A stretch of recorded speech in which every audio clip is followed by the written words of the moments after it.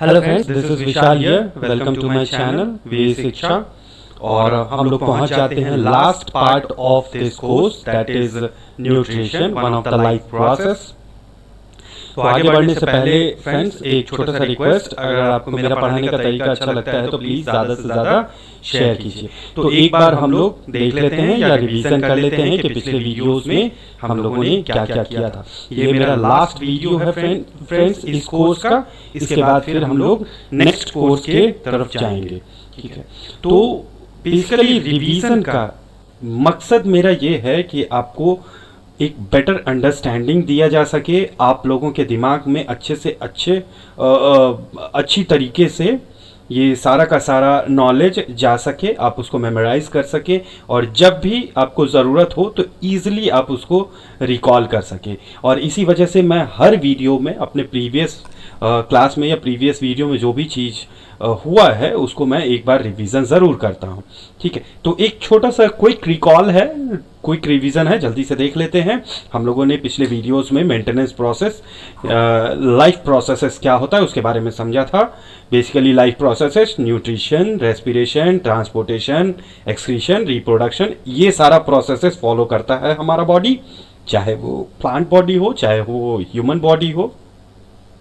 तो basically nutrition का definition देखा था, ऑटोट्रॉपिक मोड ऑफ न्यूट्रिशन और हेटरोट्रॉपिक मोड ऑफ न्यूट्रिशन क्या होता है इसके बारे में डिटेल लिया था।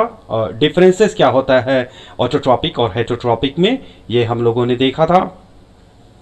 हम लोगों ने ऑटोट्रॉपिक मोड ऑफ न्यूट्रिशन को डिटेल में समझा था, उसमें एक one of the process photosynthesis को समझा था। ये इसका मॉलिक्यूलर फॉर्मूला है, कार्बन डाइऑक्साइड एंड वाटर, इसको ये इन्वॉल्व होता है इस प्रोसेस में with the presence of sunlight and chlorophyll. ये ग्लूकोज फॉर्म करता है, वाटर फॉर्म करता है एंड ऑक्सीजन फॉर्म करता है। ये फोटोसिंथेसिस मतलब फोटोसिंथेसिस के प्रोसेस में ये बेसिकली ये काम होता है। Events in photosynthesis, absorption, conversion, reduction, इसको अच्छे तरीके से समझा था।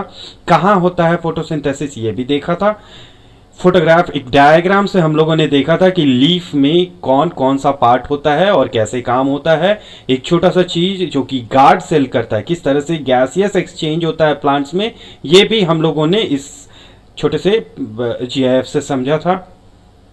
Condition and raw material needed for photosynthesis, ये भी हम लोगों ने देखा था। Sunlight, chlorophyll, carbon dioxide, water, mineral, ये सब रहता है। Heterotrophic mode of nutrition, heterotrophic mode of nutrition का टाइप्स, ये हम लोगों ने देखा था। कार्निवोर, हार्बिवोर, ओमनिवोर को समझा था। साथ ही साथ सैप्रोफाइटिक, पैरासाइटिक न्यूट्रिशन, ये सब हम लोगों ने जाना था। अब unicellular organism and multi cellular organism के बेसिस पर हम लोगों ने डाइजेशन प्रोसेस को देखा था। मतलब कि माइन्यूट माइक्रो लेवल पर हम लोगों ने समझा था कि किस तरीके से हेटरोट्रॉपिक मोड ऑफ न्यूट्रिशन होता है। यूनिसेलुलर ऑर्गेनिज्म में किस तरह से डाइजेशन प्रोसेस होता है ये हम लोगों ने देखा था, जिसमें कि injection, digestion, absorption, assimilation and ejection, ये सारा का सारा पार्ट एक ही सेल में होता है, यूनिसेलुलर में होता है। ठीक है, और इससे हम लोगों ने समझा था कि किस तरीके से डाइजेशन हो रहा है। मल्टी सेलुलर ऑर्गेनिज्म या मल्टी सेलुलर क्या होता है, इसका छोटा सा एग्जाम्पल ह्यूमन बीइंग के हिसाब से हम लोगों ने डाइजेशन प्रोसेस को समझने का कोशिश किया था और डाइजेशन प्रोसेस को इन डिटेल में समझने का हम लोगों ने कोशिश किया था।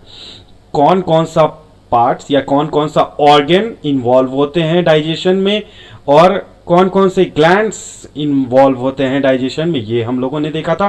साथ ही साथ हम लोग ये भी समझ रहे थे कि कौन सा ग्लैंड कौन सा एंजाइम्स को रिलीज करता है टू डाइजेस्ट द फूड। तो अब उसको समझने के लिए या उसके केमिकल को मेमोराइज करने के लिए, याद करने के लिए हम लोगों ने क्या किया था कि भाई पार्ट बाय पार्ट वर्किंग को देखा था। मतलब कि माउथ में क्या क्या इन्वॉल्व होता है, माउथ में क्या क्या रहता है और किस तरीके से डाइजेशन प्रोसेस या ब्रेकिंग डाउन ऑफ फूड यहाँ पर होता है, माउथ में होता है, वो हम लोगों ने देखा था। फिर उसके बाद ओइसोफेगस और उसके बाद फिर ये डायग्राम के हिसाब से हम लोगों ने समझा था। ठीक है, तो ये चार पार्ट में अगर हम लोग समझने का कोशिश कर रहे थे तो डाइजेशन इन माउथ, इसमें क्या होता है भाई, टीथ होता है, टंग होता है, और इस तरीके से हम लोगों ने समझा था। कुछ ग्लैंड्स भी देखे थे हम लोगों ने। टेस्ट बड, टंग टंग टंग में टेस्ट बड कौन सा पार्ट क्या करता है ये भी देखा था हम लोगों ने। फिर बकल कैविटी, मतलब माउथ में कौन सा एंजाइम रिलीज होता है और वो क्या करता है, ये हम लोगों ने देखा था। एक छोटा सा मोशन था जो कि पेरिस्टाल्टिक मोशन होता है ओएसोफेगस, और उस तरह के ऑर्गन में बेसिकली होता है मटेरियल को ट्रांसफर करने के लिए। तो ये भी हम लोगों ने एक जीआईएफ से समझने का कोशिश किया था। स्टमक में किस तरीके से एंजाइम रिलीज होता है, और रिलीज होने के बाद में कौन सा एंजाइम कौन से फूड पार्टिकल को या कौन से फूड न्यूट्रिएंट्स को ब्रेक करता है, ये हम लोगों ने समझा था। लाइक पेप्सिन प्रोटीन को पेप्टॉन्स में कन्वर्ट करता है, रेनिन कैल्शियम को कैल्शियम पैरासिनेट में, लाइपेज फैटी, इस तरीके से हम लोगों ने समझा था। दो इंपॉर्टेंट ऑर्गन, एक लिवर और पेनक्रियास, ये हम लोगों ने समझा था कि क्या होता है और किस तरीके से ये काम करता है और कहाँ काम करता है। अब हम लोग आ जाते हैं डाइजेशन इन स्मॉल इंटेस्टाइन। ये डोडम वाला भी पार्ट हम लोगों ने देखा था। और यहां से हम लोग शुरू करते हैं इस वीडियो को, या इस पार्ट में हम लोग यहां से शुरू करते हैं जेजुनम वाला पार्ट। जेजुनम वाले पार्ट में बेसिकली कुछ नहीं होता है, यहां पर डाइजेशन प्रोसेस नहीं होता है।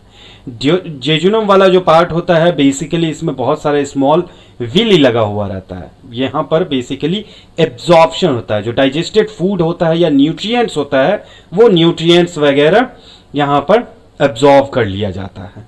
ठीक है, आते हैं हम लोग इलियम वाले पार्ट में। तो इलियम वाले पार्ट में बेसिकली दोनों चीज होता है, डाइजेशन भी होता है और साथ ही साथ एब्जॉर्प्शन भी होता है। ठीक है, तो एब्जॉर्प्शन बेसिकली क्या होता है और किस तरीके से होता है इवन इन जेजुनम, ये हम लोग इस डायग्राम के हिसाब से हम लोग समझेंगे। और फ्रेंड्स, आप लोगों ने अगर मेरा प्रीवियस कोर्स सेल वाला पार्ट अगर आप लोगों ने नहीं किया है, या फिर सेल में या साइटोलॉजी में अगर कॉन्सेप्ट थोड़ा सा कम है, वीक है, तो please go through my that part, जो दैट कोर्स है सेल। मैंने उसका जो सेकंड वाला पार्ट है उसमें इस विली का डिटेल दिया था, थोड़ा सा जानकारी उस समय मैंने दिया था, और ये भी कहा था कि जिस समय में डाइजेशन प्रोसेस हम लोग मैं पढ़ाने लगूंगा उस समय मैं आपको डिटेल वे में समझाऊंगा या डिटेल में बताऊंगा आपको। तो ये वो पार्ट है, ये वो जगह है जहां पर जिसकी मैं बात कर रहा था। तो यहाँ पर क्या होता है कि अगर आप मान लीजिए कि ये जो आपका एक इंटेस्टाइन को अगर आप कट करते हैं और टॉप व्यू से देखते हैं, तो इलियम वाला पार्ट जो होता है वो बेसिकली इस तरीके से दिखेगा। इसका जो वॉल होता है, इस वॉल पे फिंगर लाइक प्रोजेक्शन इस तरीके से बना हुआ रहता है। और ये किससे बनता है, तो ये बेसिकली वही सेल मेम्ब्रेन जो होता है, या मेम्ब्रेन वाला जो मटीरियल होता है, प्रोटीन एंड लिपिड्स, ये बनता है यहाँ में उसी चीज से। तो इसका बेसिकली काम क्या होता है, तो ये जो विली है, ये विली एब्जॉर्ब करने का काम करता है। फूड कंपोनेंट को या फूड मटेरियल को वो ऑब्जॉर्व करता है, but in the simple form, not in complex form. अगर कॉम्प्लेक्स फॉर्म है तो वो ब्रेक डाउन होगा। तो ब्रेक डाउन करने का पार्ट हम लोग ऑलरेडी देख लिए थे कि माउथ में ब्रेक डाउन, ड्यूडेनम वाला पार्ट है उसमें ब्रेक डाउन, स्टमक में ब्रेक डाउन, ये हम लोगों ने देख लिया था। अब जो बचा खुचा ब्रेक डाउन है वो यहां होगा, कहां, इलियम वाले पार्ट में। तो मैक्सिमम डाइजेशन अगर हम बात करेंगे कि मैक्सिमम डाइजेशन कहां होता है, तो वो होता है इलियम वाला पार्ट में। ये जो इलियम वाला पार्ट है ये बेसिकली 4 मीटर के करीब का होता है, round approx, I am not sure about that, but आप लोग इसको जरूर चेक कीजिएगा। ये बेसिकली 4 मीटर के करीब का इलियम वाला पार्ट होता है। तो अब ये इलियम का जो वॉल है, जैसे स्टमक का इनर वॉल था, तो इलियम का भी उसी तरह से इनर वॉल है। तो ये इनर वॉल क्या करता है, ये इसी इनर वॉल के थ्रू ये सारा का सारा एंजाइम्स रिलीज होता है, सिक्रीट होता है इंटेस्टाइन के अंदर में। और जो लिक्विड ये इंटेस्टाइन के अंदर में रहता है, तो इसी को हम कहते हैं इंटेस्टाइनल जूस। ये इंटेस्टाइनल जूस में बेसिकली क्या क्या रहता है, लैक्टेज रहता है, सुक्रेज रहता है, माल्टेज रहता है, पेप्टाइडेज रहता है, एंड लाइपेज रहता है। गौर कीजिएगा, ये जो एज वाला पार्ट है, ये एज वाला पार्ट जिसमें भी मिल जाता है तो समझ जाइए कि वो एक एंजाइम है जो कि ब्रेक कर रहा है फूड को इन अदर सिंपलर फॉर्म। ठीक है, चलिए हम लोग अब देख लेते हैं कि ये पांचों जो एंजाइम है ये किस तरीके से कौन से फूड को या कौन से फूड न्यूट्रिएंट को ब्रेक कर रहा है। सबसे पहले आते हैं हम लोग लैक्टेज के ऊपर में। लैक्टेज कन्वर्ट करता है लैक्टोज को इनटू ग्लूकोज एंड कैलकेटोज। एक बार मैं फिर से रिपीट करता हूं आप लोगों के लिए। लैक्टेज एक ऐसा एंजाइम है जो कि फूड के लैक्टोज मटेरियल को ग्लूकोज में और कैलकेटोज में कन्वर्ट कर लेता है। ये और इंग्लिश वाला और नहीं, हिंदी वाला और है, ग्लूकोज एंड कैलकेटोज, इसमें कन्वर्ट कर देता है। ठीक है, आते हैं सुक्रेज के ऊपर में। सुक्रेज क्या करता है? सुक्रेज एक ऐसा एंजाइम है जो कि सुक्रोज को कन्वर्ट करता है ग्लूकोज एंड फ्रुक्टोज में। ठीक है, एक बार मैं फिर से रिपीट करता हूं। Sucrase convert sucrose into glucose plus fructose. Third enzyme देखते हैं कि माल्टेज क्या करता है। Maltase basically it converts maltose into glucose. शुरुआत के वीडियो में मैंने आपको बोला था कि 1 माल्टोज, जो माउथ में जिस समय में बात हो रहा था, तो माउथ में स्टार्च जो कि कार्बोहाइड्रेट होता है वो कन्वर्ट हो जाता है किसमें? तो माल्टोज में। तो maltose 1 molecule of maltose is equal to 2 molecules of glucose होता है। तो माल्टेज बेसिकली आपको शुगर प्रोवाइड करता है माल्टोज से। ठीक है, तो एक बार मैं फिर से रिपीट कर देता हूं कि माल्टेज कन्वर्ट करता है माल्टोज को किसमें? तो ग्लूकोज में। आते हैं नेक्स्ट पार्ट में और देखते हैं इलियम वाले पार्ट में नेक्स्ट 2 पेप्टाइडेज। पेप्टाइडेज क्या कर रहा है? तो it converts peptones into amino acid. आप लोगों ने देखा था कि स्टमक वाले पार्ट में किस तरह से प्रोटीन जो था वो पेप्टोन्स में कन्वर्ट हो रहा था। ठीक है, इवन जो स्मॉल इंटेस्टाइन के जोजनम वाला पार्ट था उसमें वहां पे भी प्रोटीन कन्वर्ट हो रहा था पेप्टोन्स में, बट नाउ वो जो पेप्टोन्स है वो कन्वर्ट हो रहा है किसमें? अमाइनो एसिड में। ठीक है, और कौन कर रहा है? तो वो पेप्टाइडेज कर रहा है। एक बार फिर से मैं रिपीट कर देता हूं कि peptidase is enzyme that converts peptones into amino acid. Amino acid is the end product of protein. ठीक है, अब नाउ नेक्स्ट लाइपेज। लाइपेज क्या करता है?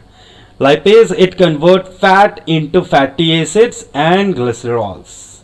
ठीक है, lipase convert fat into fatty acids and glycerols. ठीक है, ये लाइपेज आपका जोड़ने वाला पार्ट में भी था। टाइम टू टाइम हर जगह पर आपको ये लाइपेज मिला है। तो लाइपेज जहां पर भी बात आ रहा है तो समझ जाइए कि वो फैट से रिलेटेड होगा। तो एक बार फिर से मैं आपको बता देता हूं, lipase convert fat into fatty acids and glycerols. ठीक है, तो फ्रेंड्स क्या होता है कि ये जो पेप्टाइडेज वाला, यहाँ के बारे में मैं थोड़ा सा वहां पर रुक गया था, बट यहाँ मैं आपको बता देता हूँ। बहुत सारा ऐसा ऑर्गेनिज्म होता है जो ज्यादातर मतलब स्टार्च या कार्बोहाइड्रेट वाले फूड मटेरियल पे निर्भर नहीं रहता है। जैसे कार्निवोर जो भी रहते हैं या कार्निवोर एनिमल्स होते हैं। ठीक है, तो वो क्या होता है कि ज्यादातर मांस खाते हैं या फिर हाई रिच प्रोटीन फूड खाते हैं। तो उसमें क्या होता है कि ये अमाइनो एसिड को भी फर्दर मतलब उनके इंटेस्टाइन में ऐसा भी एंजाइम रिलीज होता है जो कि इस अमाइनो एसिड को फर्दर ब्रेक करके ग्लूकोज में कन्वर्ट कर देता है। जो ह्यूमन बीइंग ज्यादातर मांस वगैरह खाते हैं या फिर प्रोटीन रिच डाइट लेते हैं तो उनके भी शरीर में कुछ वैसा ही वर्क होता है। ठीक है, चलिए आगे बढ़ते हैं और अब हम लोग आ जाते हैं एब्जॉर्प्शन इन लार्ज इंटेस्टाइन। मतलब डाइजेशन लार्ज इंटेस्टाइन के कोई भी पार्ट में नहीं होता है। डाइजेशन हमारे जो लार्ज इंटेस्टाइन वाला पार्ट है उसमें नहीं होगा, उसमें सिर्फ एब्जॉर्प्शन भी इनफैक्ट न्यूट्रिएंट्स का नहीं रहेगा। बचा कुचा चीज जैसे वाटर हुआ या मिनरल हुआ, ऐसा कोई मटेरियल है जो कि बच जाता है हमारे स्मॉल इंटेस्टाइन से, तो वो सब इसमें एब्जॉर्ब कर लिया जाता है। बट बेसिकली हम लोग देखें तो एक जस्ट होल्ड ऑन, ये वाला देखिए, ये हमारा लार्ज इंटेस्टाइन है पूरा का पूरा, ठीक है। ये लेंथ में तो कम जरूर होता है लेकिन विड्थ में ज्यादा होता है in comparison with small intestine, इसी वजह से हम इसको लार्ज इंटेस्टाइन कहते हैं। ये हमारा यहां पर होता है, मतलब कि हमारे शरीर के ये वाला जो पार्ट है इसमें लार्ज इंटेस्टाइन यहां पर रहता है, ठीक है। अब देखिए ये इसका 3 पार्ट होगा, पहला पार्ट होगा सीकम, दूसरा होगा कोलोन और तीसरा होगा रेक्टम। ये 3 पार्ट रहता है, ठीक है। और इसी 3 पार्ट में डिविजिबल रहता है आपका लार्ज इंटेस्टाइन। इवन स्मॉल और लार्ज इंटेस्टाइन दोनों को आप इसी तरीके से याद कर सकते हैं कि स्मॉल इंटेस्टाइन भी 3 पार्ट में डिविजिबल रहता है, 3 पार्ट होता है उसका, और लार्ज इंटेस्टाइन का भी 3 पार्ट होता है। तो हम लोग देख लेते हैं सबसे पहला सीकम। सीकम में कुछ नहीं होता, ये कुछ भी नहीं करता है। इट्स अ वेस्टिजियल ऑर्गन, ठीक है। यहाँ पर देखिए सीकम, देखिए यहाँ पे मैंने ऑलरेडी लिख रखा है, there is no digestion in this part of large intestine and it then converted into vestigial organ known as appendix. मतलब कि ये जो सीकम वाला पार्ट है, ठीक है, ये बेसिकली क्या होता है कि ये कोई काम नहीं करता है, it's a vestigial organ. Vestigial organ का मतलब ये होता है कि शरीर में वैसा ऑर्गन जो कि कोई काम न करे, किसी काम का न रहे वो, शरीर में वो रहे या ना रहे इससे शरीर को कोई फर्क नहीं पड़े, तो उस तरीके के ऑर्गन को हम कहते हैं वेस्टिजियल ऑर्गन। मोर देन मतलब लगभग 100-150 इस तरह, मतलब मोर देन 100 ऑर्गन ऐसे हैं शरीर में जो कि वेस्टिजियल ऑर्गन होते हैं। तो यही सीकम जो होता है बाद में कन्वर्ट होकर के अपेंडिक्स होता है। आपने कभी कभी किसी बहुतों के मुंह से सुना भी होगा कि अपेंडिक्स हो गया है और अपेंडिक्स निकाल दिया गया है शरीर से, ठीक है। जैसे कोई कभी कभी किसी का पेट दर्द करने लगता है तो आपने सुना होगा कि भाई अपेंडिक्स का ऑपरेशन हुआ है, ज्यादा प्रॉब्लम नहीं है, ठीक है। तो उसके बाद फिर आ जाता है ये वाला पार्ट जो कि है आपका कोलोन। इस कोलोन में जो बचा कुचा एब्जॉर्प्शन है वो बचा कुचा एब्जॉर्प्शन होता है। देखिए colon, remaining water comes with rest of food material is absorbed by this part of the large intestine. जो बच गया है मतलब स्मॉल इंटेस्टाइन से बचा हुआ जो भी एब्जॉर्प्शन करना होता है या जो बच जाता है जैसे वाटर वगैरह हुआ, वो कोलन वाला पार्ट करता है। कोलन जो होता है वो वहां से एब्जॉर्ब करता है, ठीक है। उसके बाद नेक्स्ट पार्ट आता है rectum. This is the last end broad chamber of intestine whose function is to store fecal matter remaining of food material, जो आपकी जनरली नॉर्मल भाषा में उसे हम पॉटी कहते हैं, ठीक है। वो उस जगह पर आकर के स्टोर हो जाता है फॉर अ टाइम बीइंग, ठीक है। ये वाला जो आपका पार्ट है इस जगह पर आकर के आपका वो जो मटेरियल होता है जो कि बचा कुचा होता है, जो जिससे कि सारा न्यूट्रिएंट्स निकल गया रहता है, हम लोग नॉर्मल भाषा में उसे पॉटी कहते हैं, ठीक है। वो यहाँ आकर के रेक्टम वाले पार्ट में स्टोर हो जाता है, ठीक है। और ये तब तक स्टोर रहता है जब तक कि आप वॉशरूम ना चले जाएं। वॉशरूम जाते हैं और ये वाला जो पार्ट है ये एनस है, इसी रास्ते से वो जो मटेरियल होता है या वेस्ट मटेरियल होता है वो बाहर आ जाता है। तो यहाँ तक हम लोगों ने देखा, यहाँ तक हम लोगों ने समझा कि किस तरीके से डाइजेशन का पूरा प्रोसेस हमारे शरीर में या ह्यूमन बीइंग के शरीर में होता है। यहाँ तक हम लोगों ने जाना कि मोड ऑफ न्यूट्रिशन क्या क्या होता है और न्यूट्रिशन किस किस तरीके से होता है, ये हम लोगों ने डिटेल में जाना है। तो फ्रेंड्स यहाँ पर हम लोगों का ये कोर्स खत्म होता है। हम लोग मिलेंगे अगले कोर्स में, बट जाने से पहले आप लोगों के लिए कुछ सवाल है, कुछ क्वेश्चंस है, कुछ प्रैक्टिस सेट्स है। ये सारा का सारा क्वेश्चन आपके इसी कोर्स से रिलेटेड है, ठीक है। तो ये वाला क्वेश्चन को आप जरूर, ये सब क्वेश्चन को करने का कोशिश कीजिए, खुद ब खुद प्रैक्टिस कीजिए, सो दैट कि आपको एक बेटर अंडरस्टैंडिंग मिल सके और आप अच्छे तरीके से स्टडीज को कर सके और अपने एग्जामिनेशन में बेटर परफॉर्म कर सके। इस क्वेश्चन को एक बार हम लोग रिपीट कर देते हैं और like why is diffusion insufficient to meet the oxygen requirement of multicellular organism like humans? What process would you consider essential for maintaining life? What are the differences between autotrophic and heterotrophic nutrition? What is the role of acids in our stomach? What is the function of digestive enzymes? How is the small intestine designed to absorb digested food? What is peristaltic motion? ये सब कुछ questions है, कुछ objective type questions भी मैंने आप लोगों के लिए रखा है। वो ऑब्जेक्टिव टाइप क्वेश्चंस को जरूर कीजिए और आंसर मुझे कमेंट बॉक्स पर लिखिए। फ्रेंड्स, हो सकता है कि मेरे नॉलेज देने में ऐसे, even I am also a human being, may be I may be wrong sometime. तो अगर आपको लगता है कि मेरे इस वीडियो में या मेरे इस पढ़ाने के तरीके में कुछ गलती है, कुछ खराबी है या कुछ ना कुछ प्रॉब्लम है, तो प्लीज़ लेट मी नो, मुझे कमेंट बॉक्स में वो ज़रूर लिखिए, क्योंकि आपके क्रिटिक्स पर या आपके कमेंट्स के ऊपर में मैं अपने वीडियो को या अपने पढ़ाने के तरीके को और ज़्यादा अच्छे से अच्छे तरीके से प्रेजेंट कर। तो देख लेते हैं यहाँ पर उसी तरह से है, absorption of food happens in which part, what is the function of bile juice, what is the end product of the following, protein, fat, carbohydrate, name the juices present in the following organism like organs, stomach, pancreas and intestine. तो ये हम लोगों का course का last video था friends. अगर आपको मेरे पढ़ाने का तरीका अच्छा लगता है तो प्लीज़ प्लीज़ प्लीज़ इसको ज़्यादा से ज़्यादा लोगों को शेयर कीजिए, और इन केस अगर आपको मेरे पढ़ाने का तरीका नहीं भी अच्छा लगता है तो प्लीज़ लेट मी नो, मुझे ये बताइए कि कहाँ मैं रॉन्ग जा रहा हूँ, सो दैट कि मैं और अच्छे तरीके से इसको प्रेजेंट कर सकूँ। Thank you very much. Have a nice day. Bye-bye.